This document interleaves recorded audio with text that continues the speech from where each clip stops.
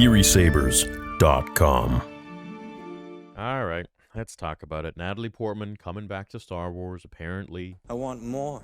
Coming back to Ahsoka Season 2. And we already got rumors that Hayden and Obi-Wan and young Ahsoka are coming back in the Clone Wars style in live action, which is pretty dope. But do we need Natalie Portman? Do we need Padme? Let's talk about what they're going to do and what they're not going to do. But first, I want to let you guys know that me and the Theory Sabers team, as well as a bunch of other influencers that you might know, and I'll make this video, are going to be at Orlando Megacon for all of the days. We're going to have a giant, massive Theory Sabers booth and a lot of recognizable faces that you have definitely seen before. So amongst that announcement, I also want to announce that we have a pre-order going on for our brand new Grand Master Saber that we just launched with TXQ. This is a pre-order. It ships the first and second week of February. So you can go ahead and grab that now with any sound font package and a 10% off code FROG10. Hope you like the code. I made it myself.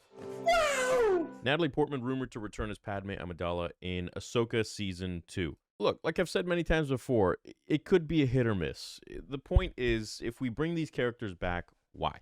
Right? Are we jangling keys? Which I'm all for jangling keys. You know, people seem to have a problem with that. It's like, do you not want to see more of Hayden Christensen and Ewan McGregor and young Ahsoka in Clone Wars live action? I think that's something everybody wants to see. And clearly the reason they're doing it again is because it inflated the ratings for Ahsoka Season 1. Because people wanted to see it. They were excited about it. Everyone wants to see the main characters of Star Wars return. Wow. But the question is, how are they going to do it? So, Portman's rumored return to the faraway galaxy was revealed by podcast host Christian Harloff, who said the actor was close to inking a deal with the studio. It'd probably be a world between worlds type of thing if you think about it. Makes sense with the Ewan McGregor of it all and the young Ahsoka, he added. What I'm hearing is that she's open to it. I don't know if it's a signed deal yet, but I think that it's pretty close. So clearly it's obviously going to happen if they've talked to her about it, meaning that they have a place for her, a story for her. And my question is, you know, when we get to these sort of scenarios, as the writer, we need to ask ourselves, why? Why are we bringing this character back? If it's to inflate ratings, okay, sure, but we have to do it well. Otherwise, we know the fans are going to be pissed. What are the ways? World between worlds. Well, we already got that in Ahsoka, and we only got that because she went to a near-death or death experience where she somehow transcended into the world between worlds somehow. And that's most likely because of Morai, which was the daughter, the embodiment of the light side of the Force. Clone Wars, if you haven't seen it, go check it out, or watch some of my videos on it to get the cliff notes. The daughter of Mortis, the embodiment of the light side, essentially transcended herself and her powers into Ahsoka, which kind of makes Ahsoka somewhat immortal or ever powerful or like a god. Oh my goodness! That's the most badass thing I've ever heard. Anyways, her ability to mentally at least go into the world between worlds gave us that flashback with the Clone Wars. And I think that would be pretty cool. I personally really enjoyed the flashback of the Clone Wars in live action. It's something I've wanted for a long time. And I think an entire series with Hayden Christensen, Ewan McGregor, and young Ahsoka would be dope. It'd be great. Why wouldn't we want to see that? Yeah, no kidding. People, say it's jangling keys. Yeah, sure, but why wouldn't you want to see the main characters? It'd be cool. I don't get it. What's the big deal? Only if it's done right. Not if it's cheesy or lame or whatever. They're just there to literally jangle keys without much precedent or story or meaning. It's like, Plagueis or Yoda. Hey, look, that character. That's jangling keys. But if you bring a character back like Luke in Mandalorian Season 2, there's purpose. It makes sense. They abolished legends, but at least they're bringing it back in some sort of facet, right? So if they want to bring Padme back into Ahsoka Season 2, we have to ask ourselves why. It could be World Between Worlds, but I don't think so. I think it's going to be maybe a recollection of her talking to Padme. I think it could be maybe she, gets stunned, or she gets beat up, or something where she's reminiscing, or we can accept her being in some sort of a dream state where she's remembering events, remembering moments of the Clone Wars. Now, sure, I like the scene in Ahsoka Season 1 where it was Anakin and Ahsoka, but it was not really a direct flashback. Anakin was there in real time, and he was kind of playing the scene to bring out the best in her and make her make a choice, right? So I think if they want to do this, forget the World Between Worlds. I'm not a really big fan of that place. I think it's a cheap trick, and I don't like time travel existing in Star Wars.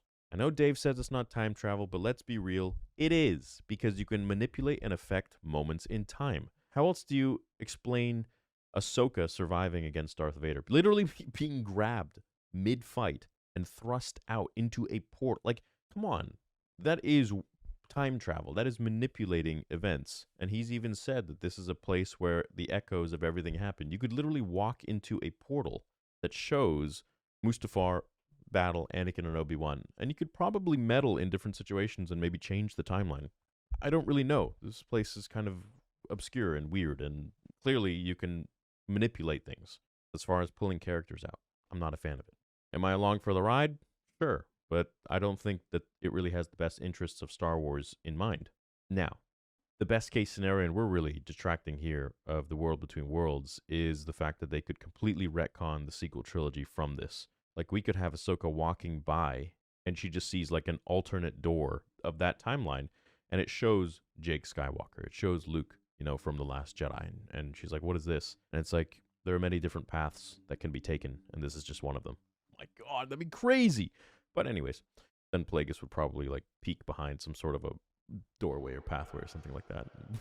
Aggressive negotiations, what's that? Well, negotiations with a lightsaber. As for Padme coming back, yeah, look, it's probably going to be a very short and sweet scene, and it's most likely going to be Padme and Ahsoka talking in live action, which we've never got before. If they want to go beyond that, I really hope that they don't detract from any certain moment that George created from his script in the prequel trilogy. That being said, they could definitely add to things, right? They could add to moments.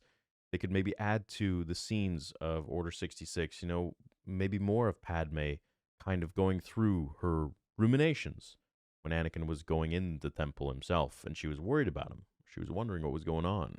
There's a lot of extra moments that they could add in there, even going back to episode 1. Even going back to, the novel, I think it was Queen's Peril or something like that, or Handmaiden.